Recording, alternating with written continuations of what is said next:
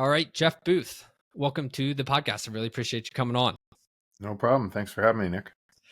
As I mentioned just before we started recording here, your content and specifically your book, The Price of Tomorrow, was a huge just discovery for me and helped me shape my worldview. In 2020 is when I read the book.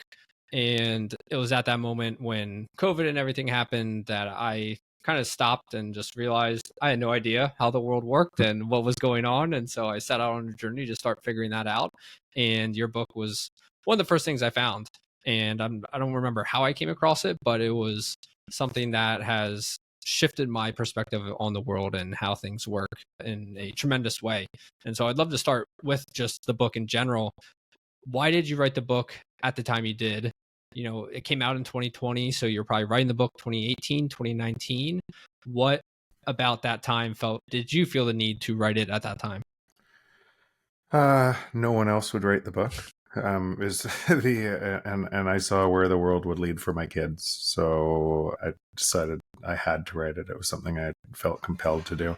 I did not want to be an author. I didn't want to write the book. In fact, for about 10 years, I talked about this to anybody who would listen, and nobody wanted to listen anymore. So, so I realized I had to write the book. And I think you say that because your just argument in the book is one that is complete 180 from normal talking points, that deflation is the key for the subtitle of the book.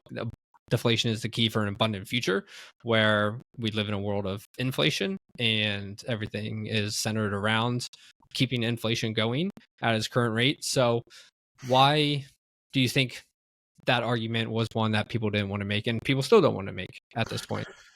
Yeah, I think it once you understand that, it challenges all of your prior beliefs, and we hold on tight to our prior beliefs, and so it's really difficult to change. Just as an example, when Galileo used a telescope to look outside what everybody else was looking through, just looking up at the sky, and he could see outside the system everybody else was looking out of, and could see that Copernicus was right, that the sun didn't go around the earth, the earth went around the sun.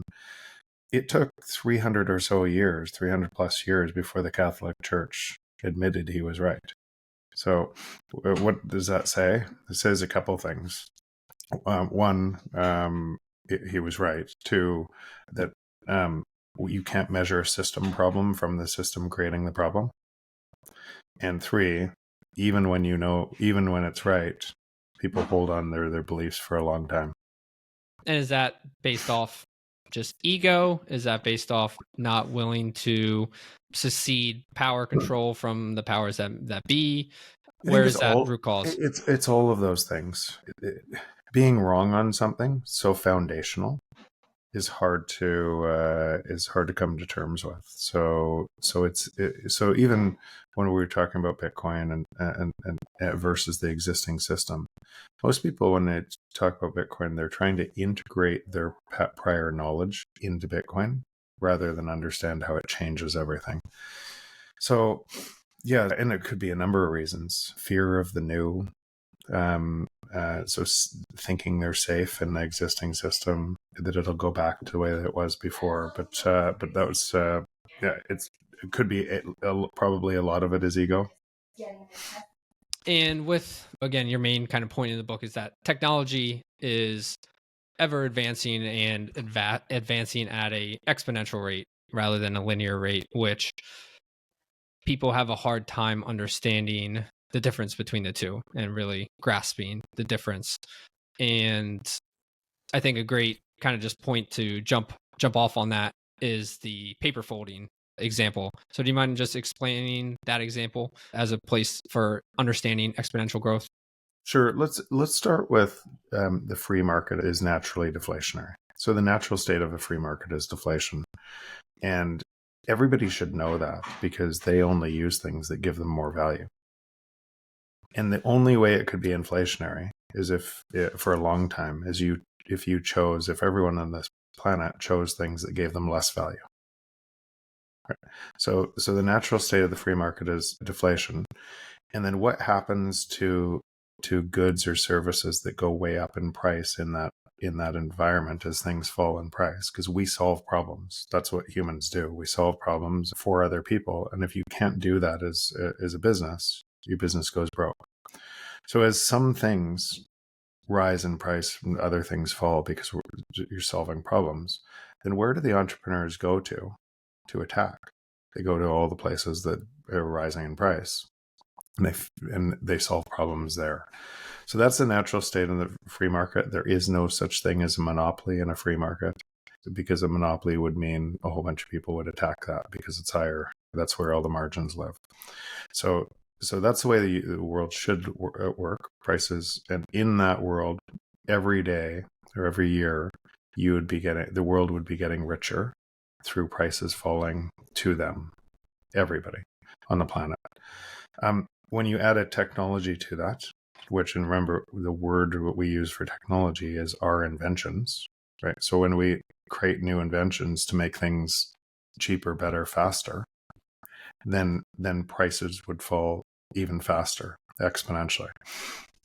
And how fast would that look? And so that's what I used as the paper folding example in my book. And if you fold a piece of paper on itself once, twice, 3 times, 4 times, you can only fold it 7 times. But if you could continue folding that to 50 times, that piece of paper would stretch from here to the sun. And when I ask people all over the world on fold 4 or 5, when it's this thick, how thick will it be on 50 folds?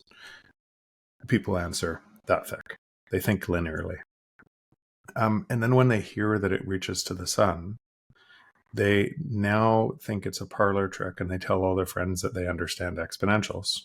And then they get fooled by the next exponential, because our brains don't understand exponentials very well. And through that lens, you can say, okay, let's compare that exponential to the exponential pattern of Moore's law. And what you'll find, or the exponential pattern in AI, but let's use Moore's law first. And so Moore's law, I think we're on fold 35, moving to fold 36, if you compare those. So why we missed technology back in the 60s, 70s, when how fast technology was going to come, because the first fold, or the first doubling of compute in 18 months, is a tiny little double. And everybody, and there are 2 things that happen then. A whole bunch of people predict that it's going to happen way faster, and there's a hype cycle in that, and it doesn't happen. And then on the other side of it, once you're in the thicker folds, everything's coming at you like so fast you can't believe it. But it's the same speed. Like, it's not, technology isn't moving faster, it's just moving exponentially. So what that means is, today in technology, when people are looking around at AI and what's happening and how fast that's moving, it's just because they're mismeasuring. They're measuring linearly when they should be measuring exponentially. And now if you think the stuff that around you is moving fast now, it doubles in the next 18 months. So all of the things, so people are looking backwards. And in that world, that means prices should be falling at that rate in a free market for every single person on this planet. If you had no job, if you did nothing, prices are still falling for you at that rate. That's the world you should live in. Everybody getting richer, entrepreneurs and teams are creating value for other people, getting more of the share of the wealth, but then them coming under attack too by other entrepreneurs trying to build better wealth. But the output of all of that is abundance and lower prices for everybody. Thriving human abundance. So why don't we live in that world? Because our debt-based system is completely built against that function. So if you could say, oh, I think it's mostly incentives, how the system is built, but I'll start here, and then we can build on this. But if that was right, if that thesis was correct that I laid out in my book, then on the other side of the ledger, on the system we live in and measure from, we should see something responding to that, right? So prices should be falling really fast. So something on the other side of the ledger, the ledger we live in, must be capturing that and not allowing prices to fall. And what you could see is in the preceding 20 years from 1999 to 2019, we had increased debt in the world by 185 trillion. And the total debt in the world was now 250 trillion. But so remember, all of history to get to, or until wars reset everything. And so most of history to get to what let's call it 65 trillion, and then 185 trillion laddered on top of that in a period of 20 years. And why would that happen? Because technology was moving faster, and the debt on the other side of the ledger had to move in exact opposite to be able to keep prices going up, to lever economies. Otherwise, the deflation would collapse the credit-based system to zero. Everything would fail. But that $185 trillion of new money only created $46 trillion of growth. So at that time, it was kind of $1 for $4 of debt to GDP. Everybody knows you couldn't run your house on that. Nobody could run that for very long, because you're now in a debt spiral.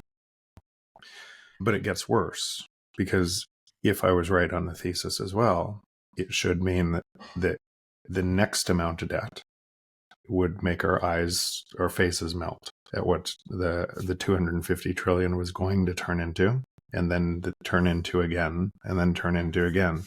And so where are we 4 years later from me writing my book? We're at about $400 trillion in debt, which you could have easily predicted. Right. In fact, in the book that I did, what it would look like, and getting a lot worse, and it's about to get a lot worse. And so the system itself that everybody's measuring from is completely insolvent. So if you tried to pay back $400 trillion of debt, it would take 12,873,000 years to pay back. So any single person measuring from that system, if you're converting your Bitcoin, if you're in Bitcoin and you convert your Bitcoin to that money to measure everything else, then you're mismeasuring what's happening. In Bitcoin, what's happening is because it's outside the system. Think Galileo looking outside the system. Because it's outside the system and the only thing without counterparty risk to the system, all it's really doing is measuring what I described before: prices falling to the marginal cost of production, and all prices getting cheaper over time. And so if you measure Bitcoin price against anything, your house, energy prices, food prices, anything, you'll see in Bitcoin, all prices are falling, and they will forever. But if you're taking it to measure in fiat currency, you'll see prices are rising. What's the stat now? It's $1 trillion worth of new debt every 100 days, I think we're at this point. But you're just now talking about US. the US. Yeah. You're only talking about the US. When you scale this out to global, and so now you're kind of playing prisoner's dilemma with every single country doing the same thing, and it's just getting worse and worse. A very good thing that people could do to kind of break this habit is just take in. Are you in the US, Nick? Yes. Okay. So if you're in the US, take Bitcoin price and measure it in US dollars. And today you'll see 63,000 US dollars. So just insert, instead of US dollars, insert pieces of paper to price everything. And then do the same thing in Canada. And then you'll see 80,000 or 77,000 pieces of paper to measure things. And then do it in Turkey, in Lebanon, and do it in Argentina, where you see 55 million pieces of paper to measure things. And what you'll see really quickly is Bitcoin doesn't care about your pieces of paper. If you care about your pieces of paper, if a government wants to create 30% more pieces of paper so prices go up, then a whole bunch of people from within that system will care about their pieces of paper. But Bitcoin doesn't care. It's just pricing the free market and all prices falling. And because it's untouchable by that system, because it's decentralized and secure, it continues to price that. And so when you think about the price of Bitcoin, is it because one Bitcoin is getting more valuable, or is it due to just price debasement, currency debasement across the world? So it's because it's fixed and everything else is not fixed. It's debasement across the world. So in a debasing currency, what would you do? Your money is being stolen from you from the system. You have remember. So you don't have a vote in the inflation rate. So when the inflation rate shouldn't be measured from zero. It should be measured from the implied deflation rate. Do you have that? What is that number? Do you know? It's impossible to know Okay. because you're measuring kind of a counterfactual. So I'm talking about this the new system here. So it's impossible to know, but that new I would today where we are in technology and putting these all together right today, I would imagine if everything there wasn't all this insolvent debt and misallocated capital, I would bet today it's about 5% per year, and every year it would get faster and faster deflation from there. So, instead of hearing deflation, here my prices are falling and I'm getting richer every year. That's because that's what the term is. You're getting wealthier by that, even if you did nothing. Every year, the whole world is, and so that wouldn't just be for people in the U.S. It would be people in Democratic Republic, Congo, like it would be everywhere. It would be El Salvador. It would be everywhere. That's what you would see. And then the other side, it needs to steal that much more money, and you have no vote in the stealing. So when the amount of revenue that comes from the government is not from taxes, but it's from stealing, does it matter which side you vote for? It doesn't matter at all, because you don't live in a democracy. You live in a control system based on theft, and you're really advocating, you're voting and spending all this time choosing which side in voting for who gets more of the gains of that theft that came from you. So that's unfortunately the system we live in all over the world. Why it continues on like this and why it looks like this is because most people don't know what we're saying, and they make it stronger. How would you get elected in this system that was based on theft? You would create an enemy on the other side. You would say, you're saving people, they're killing you. You would divide those people. Then you would take away some of the power, that the individual rights and freedoms that people had, to consolidate power, because you had to save democracy. Right? And then you'd have to create a bigger enemy outside your borders to save democracy, to be able to convince your citizens to go to war. And this is how currencies have always been reset. So they look through entire history of human nature, and that's how currencies have always been reset.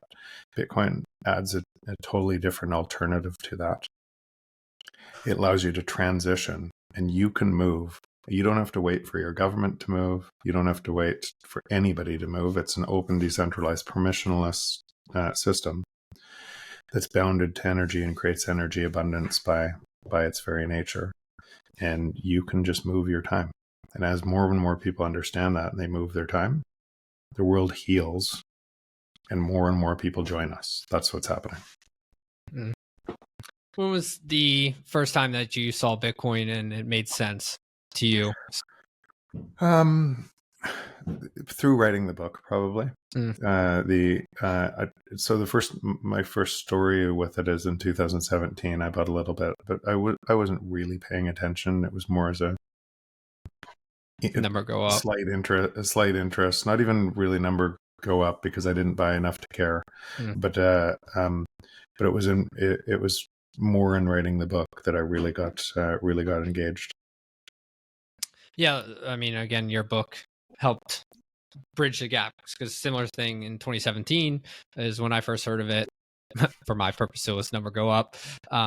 But of course, I bought the top right at like 20K there in 2017. Didn't think about it at all. And again, whenever just 2020 happened, and set out on this journey of figuring out how the world works and trying to understand just like money in general, because obviously it's a huge part of everybody's life, but will very few of us actually realize and know how it all works, to your point. And so it wasn't until probably late 2020, 2021 where I finally started to kind of put the pieces together. And again, your book was a huge portion of that.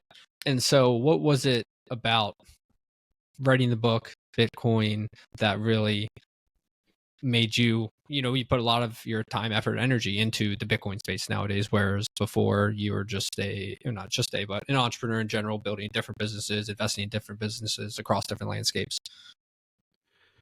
Probably the biggest thing is, so for when I finished writing the book, I had bought a bunch of Bitcoin throughout that journey, but I still had assigned a 5% probability of Bitcoin failing at some point down the road. But I knew there was 100% probability of the existing financial system failing. So it's ironic that I didn't move all my wealth into Bitcoin at that time, because that would have been the smart thing to do, right? And so it's or a significant portion at the time. So I didn't. I put some in and moved and more over time. And then I spent a long time, probably where many people are right now, trying to kill Bitcoin. I took the exact opposite stance that I'm saying right now, and said two things. I said, if it stays decentralized and secure, then it actually doesn't care about me at all, doesn't care about a government, doesn't care about anything. It will reprice everything. So it would take $900 trillion of wealth today and reprice it into 21 million. So what is that? $46 million a coin, something like that.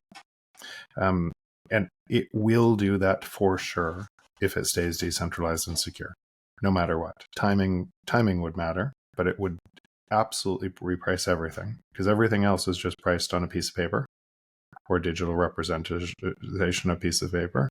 And this is essentially energy and a sound principle to reprice everything that that it's decentralized and secure. So first, that's where I realized, wow, this is something very different than people are looking at it.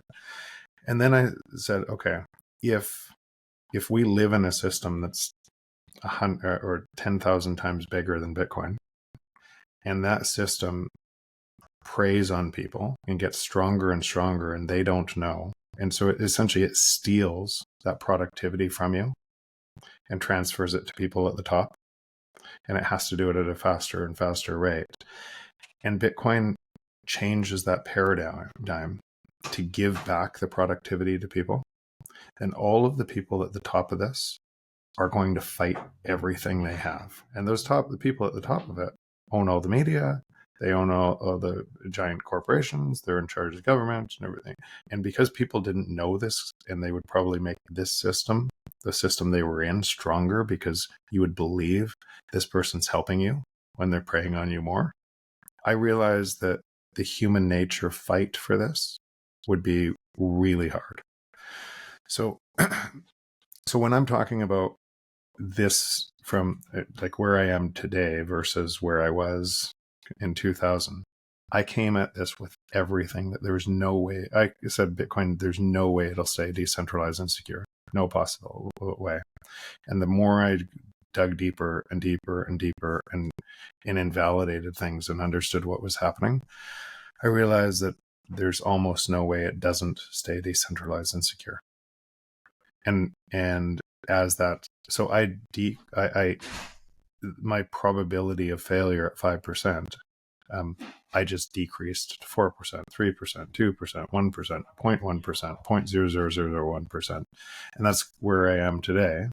And I can't say for sure, because maybe there's an unknown, but I'm highly confident that this is the future that we're going to build on top of, and more so. And then as I realized that too, I went through this interesting dilemma or paradox in myself.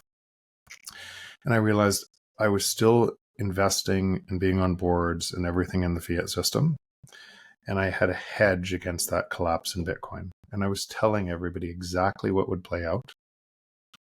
And in both systems, and largely today, so far today, I've been very correct. If you look at the way that both systems are playing out, and yet I was a hypocrite because I was spending my time in the other system while I had a hedge. And that was a hard moment for me. It was a really hard moment for me because I realized my energy wasn't aligned to where I wanted the world to go. It was hedged against where I wanted the world to go. And so that's when we started Ego Death Capital. And it was largely so I could move my energy into creating the world that I wanted to see. And with that change, you're now around, and now I'm surrounded by all of the entrepreneurs and all the people that are fighting and building this in a decentralized and secure way and building all the rails on top of it. That I realize for some people looking at it, they're too early in their journey to be able to see this, and they can't see what's being built on top of this yet. So they're not seeing that value come yet. But trust me, it's coming. It's and it's so powerful. Like and that gives me more and more confidence because I live in that world every day. If you saw the brilliance of the entrepreneurs in this space, and once you know about something that's like this, decentralized and security, and what it means for humanity, what I can tell you is you're never going back to the other system. And just that insight, just like when I say Galileo looked out at the stars and realized the truth is true. And as more people discover that truth, more and more people move over, and the world heals as all of our actions reinforce a different system. So I moved my energy over to the new system. I couldn't even begin to explain to you how incredible it's been.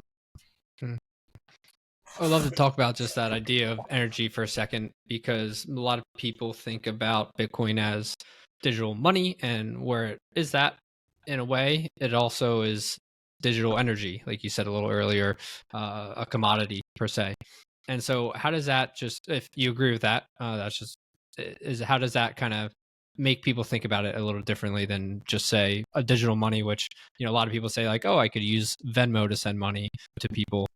Yeah, so I think it depends. So if you just say level 0, I know nothing about Bitcoin, it's just some Ponzi scheme, and I'm living all my life, measuring my life from a system that must distort my time further and further, then those people are going to get more and more divided and more mad at each other. And in their world, it's going to be true. Level 1, maybe I'll think about this and I'll start to learn. Level 2, I purchase some on an exchange. Level 3, I hold some, I move to self-custody, and level 4, I run a node. But as you go down that path and you start to understand how you directly are responsible for your actions and responsible to your time matters in the world you want to create, you get to a point that looks really different. My point along that road, along that journey, you might start with my thesis: the world should be deflationary. Why isn't it? You might get there. You might see it first as an asset. If you're in Nigeria, where it's really hard to get banking, you might see it as digital money. So all of these are just different, I would say, prisms or interpretations of what this is. My interpretation is something deeper. My interpretation of Bitcoin, at least as we're talking about right now, the base layer, is a decentralized and secure protocol bounded by energy, creating energy abundance by its very nature. So you have a tether to energy on the base layer of a new protocol. And so we don't see protocols very often in our life. We see way more technologies, like electricity as a technology, right? Or blockchain as a technology.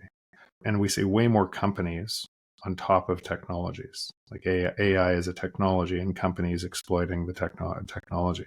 But because we see way more companies than technologies, and very rarely protocols, we misunderstand protocols, and protocols come in layers. And the first layer of a protocol has to be bulletproof. It has to do one narrow thing over and over and over and over and over again. Because if the first layer ever got hacked, everything built upon it fails. So think TCP/IP, which is, it's actually TCP was the first, and it was developed by DARPA in the late 60s, and then it became TCP/IP. It's a suite of that protocol, first layer of the protocol, which layer 4 of that protocol is HTTP, which at that time created the internet as we know it. And then all the entrepreneurs, that was 1989, and then all entrepreneurs went and created value. And remember, if you were around in 1989, what the internet looked like doesn't look anything like it does today, but it's the same protocol stack. And so all of the entrepreneurs building on top of that create things like the iPhone, Riverside app that we're using. And it gets better and better and better on top of this same protocol. People, because it changes, because those layers come so slowly, and then in time, and you can do more and more as you develop more layers on top of it without sacrificing the base. People misunderstand that, thinking it's a technology. This is not a technology, it's a protocol. And when you understand it's a protocol and it cannot be broken, you understand the power of that protocol and building other things on top of it. So we are very, very early in a new peer-to-peer internet tied to energy. And there's nothing that's going to stop it. When we think about the different layers, what is each layer, or what is the main component, or what is the job of each layer when it comes to Bitcoin? So obviously base layer is security, I would say, and decentralization. Decentralization.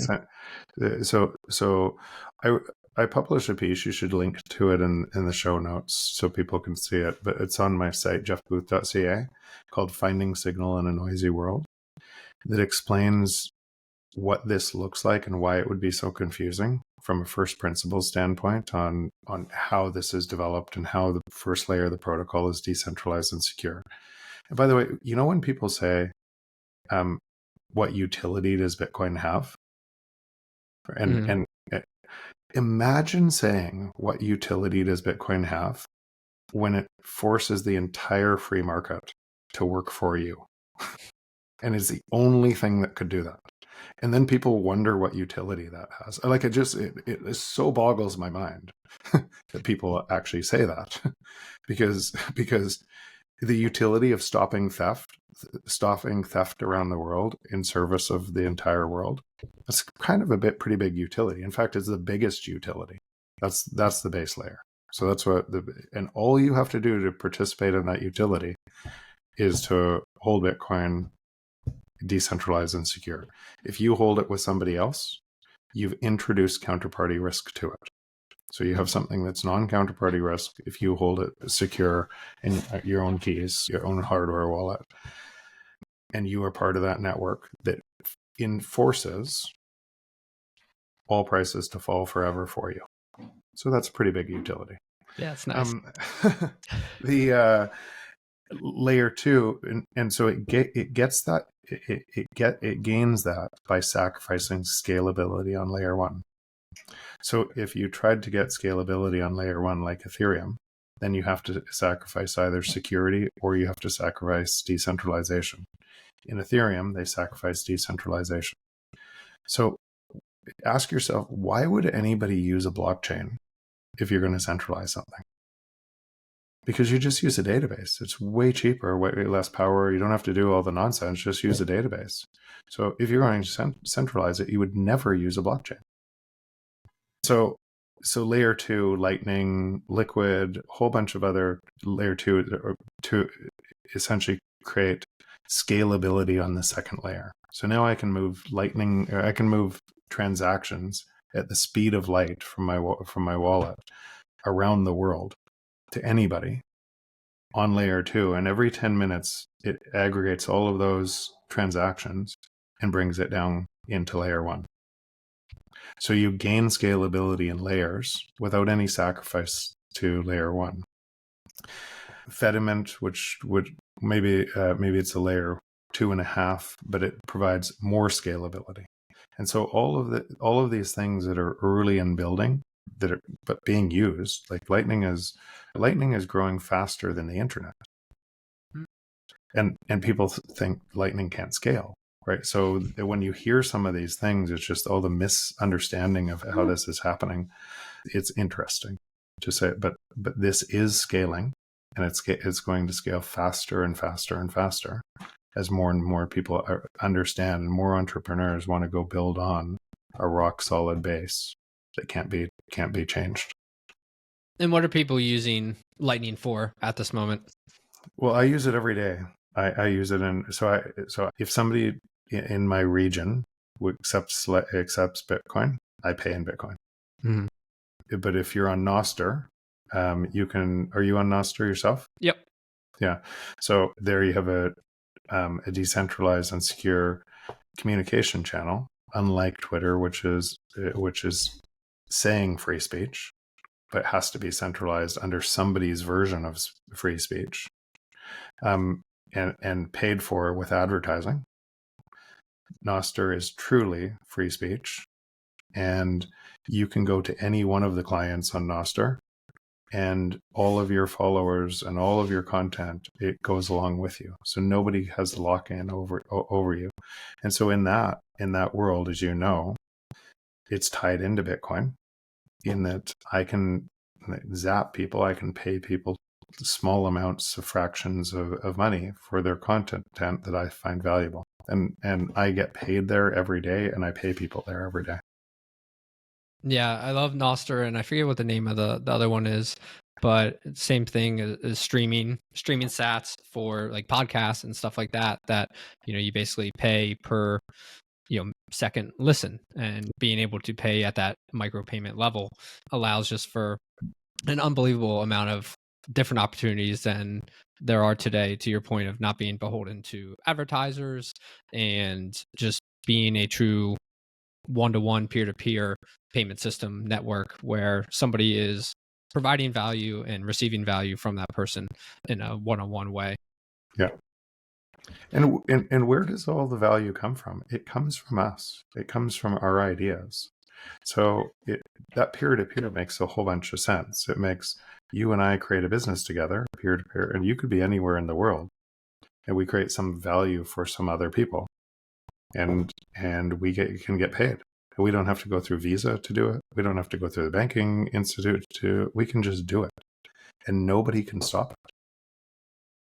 That's a huge thing with social media in general, is that the users are the one that provide all the value to the company. Facebook's a $1 trillion company, Google's a $1 trillion company, and what are people receiving in return for that value that they're providing to those platforms? Yeah, and it's worse, though. It's way worse, because our thoughts we're captured by car crashes. We slow down in a car crash. And so that if you had an advertising model on top of a centralized platform like that, you would create more car crashes. You would divide the world because more people listen and more people yell at each other, and you get paid more. And so all of people's energy is getting sucked into these platforms, and they're staying there because all of their followers are in there too, and they feel stuck. Just like they're stuck in the financial system, in the financial world we live in. I'm getting poorer and poorer and poorer, but I can't get out. And they have no idea that they're actually creating the same thing that is stealing their energy. And there's a way to just move their time and energy into something that feels way better.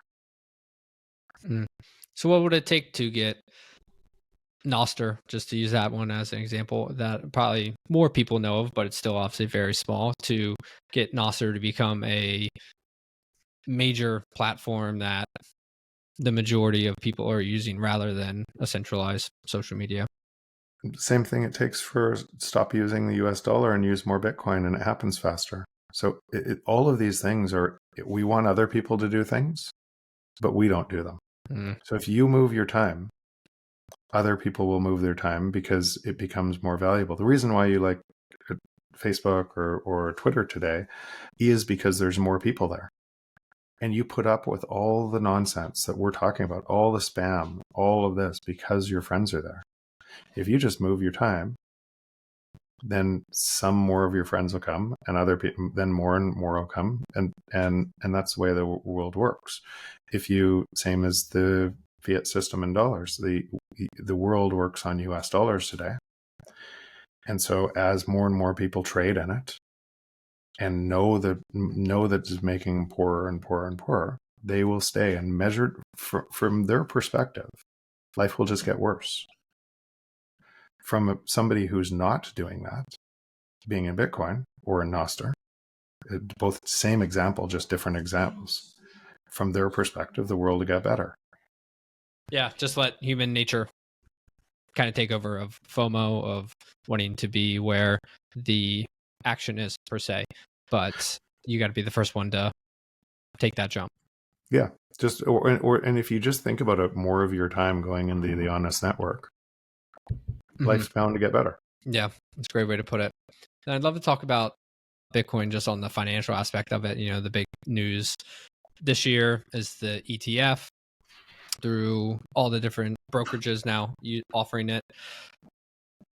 Is that, how do I want to phrase this?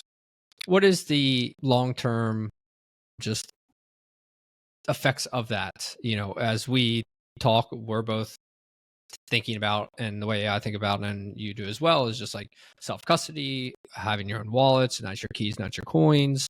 And so with it becoming a more financial institution play, and a lot of people gaining exposure through that, is it an overall good thing for decentralization, or is it ultimately going to be kind of just it's push? more nuanced. It's more nuanced than, is far more nuanced if you play what has to happen next.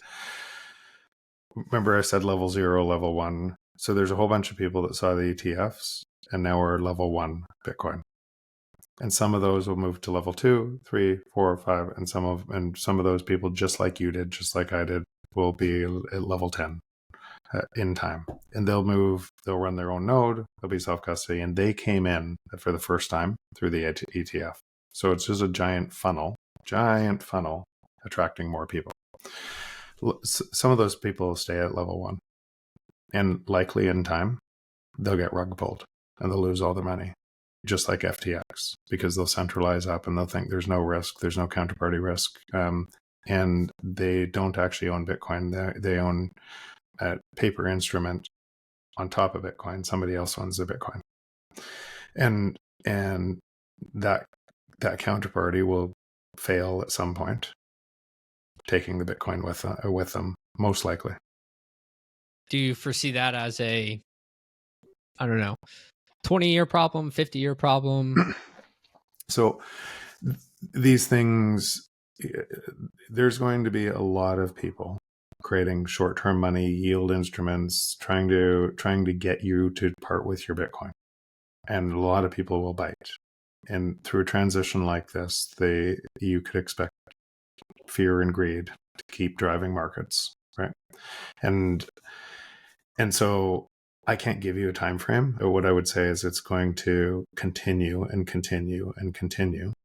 And some people are trading all these altcoins or shitcoins over and they get wrecked, and then they do it again and they get wrecked, and some people need to get beaten a whole bunch of times before they finally see it. Some people don't need to. So that's a personal choice that each person makes. But if you really understand what Bitcoin is, you don't make that bad decision. I'm with you on that. And as someone who is a former shitcoin trader and got into the mess myself a little bit during last year or 2020 bull run, I can speak from experience that better off just knowing, holding, doing what you know is going to eventually just be the right thing. Be the right thing today. It's going to be the right thing tomorrow. It's going to be the right thing a year from now, 5 years from now, so on and so forth. And don't try to outsmart yourself or the system in general. But that's really hard to hear if you're for the first time somebody's going through that. Like if somebody had told you, I'm sure some of the maxis told you the same thing Oh yeah. 4 years ago, and you thought, oh, they just don't understand technology. The new technology is always better. This is how those guys are. And what what you would hear in this, and all the kind of is it from the maxi community, Bitcoin maxi community, is people trying to save other people. Yeah. Yeah. No, like you said, I definitely heard it from plenty of people, but I was like, oh no, I'm smarter. I can Yep. figure things out for myself. And yeah, And definitely there's ate dirt on that one. yeah. So the answer is, if you look at, just take the Bitcoin, the max Bitcoin, say take the Bitcoin chart for in Argentina, and take it to the max, and see those pieces of paper are now each piece of paper relative to Bitcoin. One Bitcoin is 55 million pieces of Argentina pieces of paper. There's probably still a lot of people in Argentina that believe in their piece of paper. Oh yeah. So what you can see from that is, all over the world, people fight what we're saying, and then try to game it in their own way, and eventually they'll find out, just like you just did, just like I did. Eventually you find out. Yeah. Then are people in all, this, or not people, but like the companies building different blockchains, or just building different companies on top of different blockchains, do you think they're trying to replace Bitcoin? And obviously each of them are going to be different, but or are they trying to solve a different problem? So that I can't just put a Generic one with a umbrella. badge on it.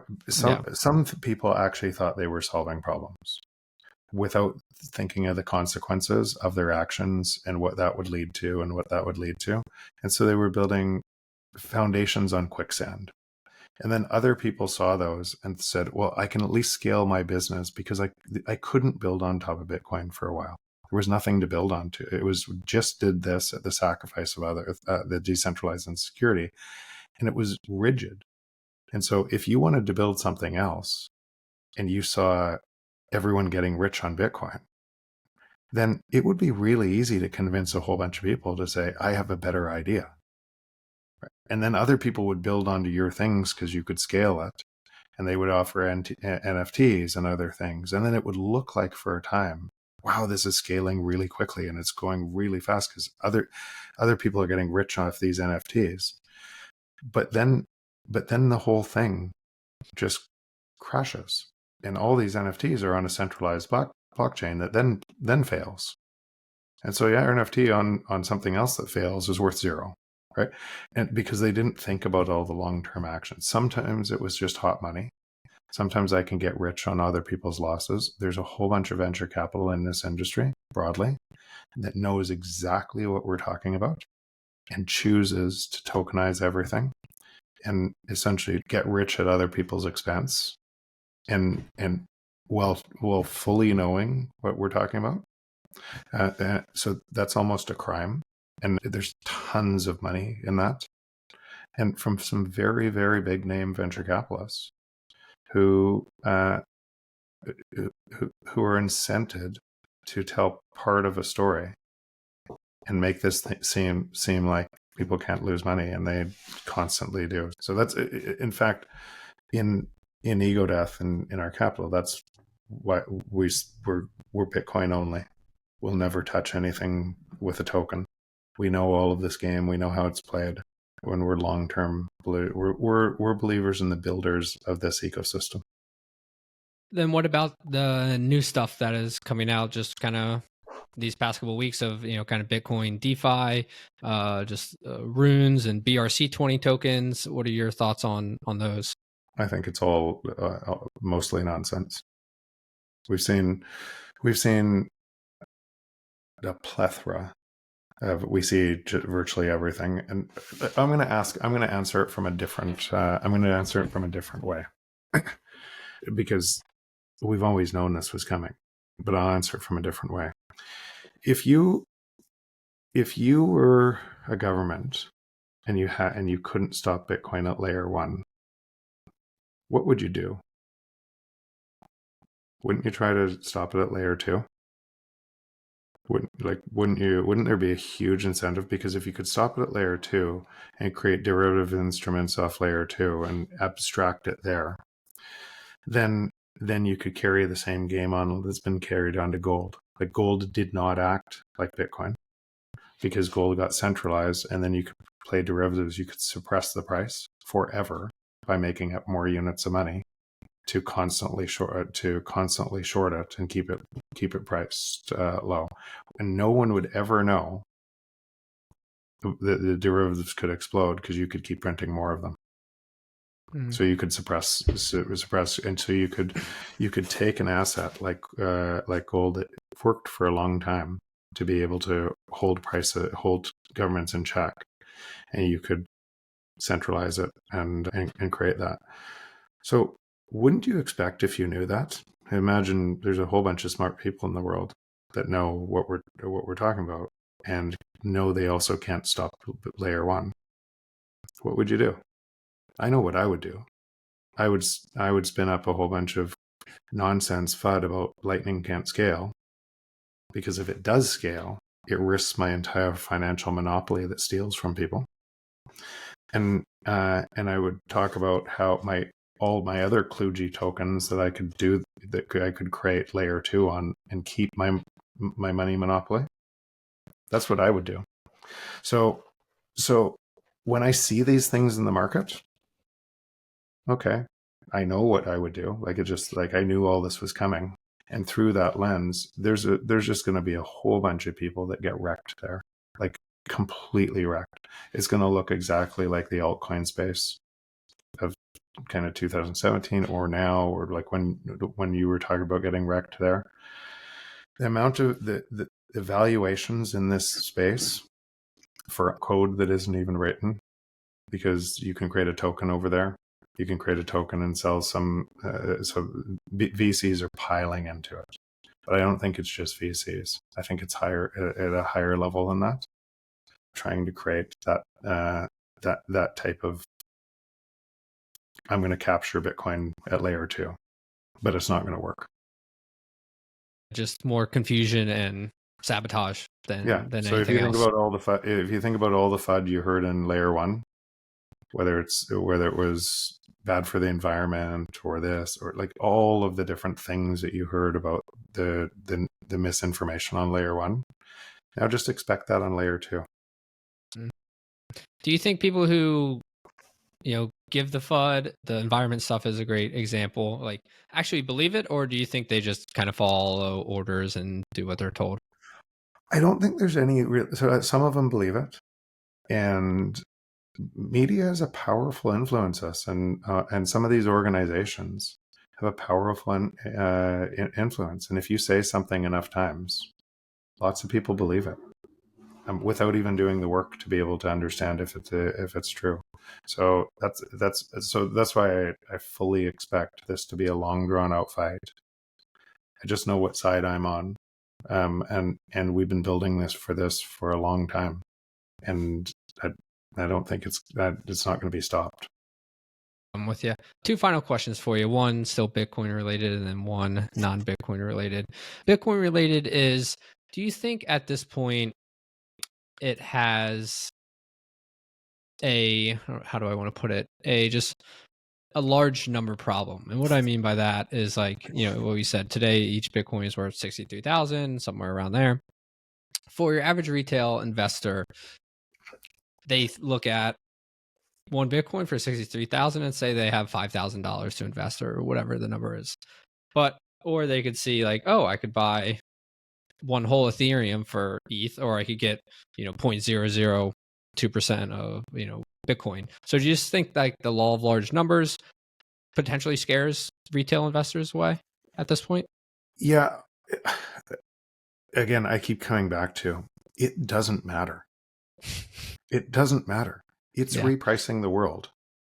And if you want to think through that lens and not take a look deeper that you can buy 5,000 and what that means, then you have that option to do it. If you want to buy Ethereum instead, you have that option to do it. But it actually doesn't matter. All prices are falling relative to Bitcoin. And eventually you'll find that out. Simple enough. Then our final question is one that I ask pretty much everybody, is what is your why? Why do you do what you do? I would say probably the highest level is positive impact. So I would like to think that I'm not going to live forever. That my time on every day mattered. And how does it matter?